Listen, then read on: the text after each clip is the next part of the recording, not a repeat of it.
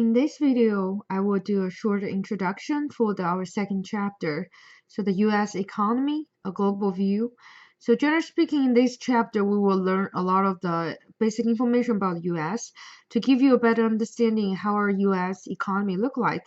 So basically, we will try to answer the three questions: what, how, and for whom in the perspective as a U.S. Citizens.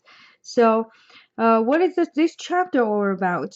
So all nations come from the central economic questions: what to produce, how to produce, and for whom to produce.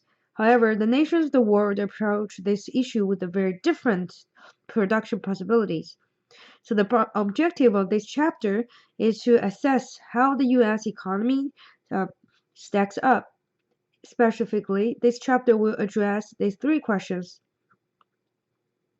What goods and services does the U.S. produce? And how is that output produced? For whom is the output produced? And so after learning this chapter, you should be able to answer the following questions.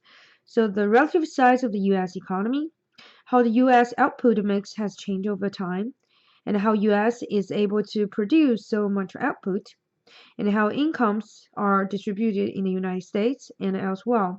So after learning this chapter, you pretty much know everything about the U.S.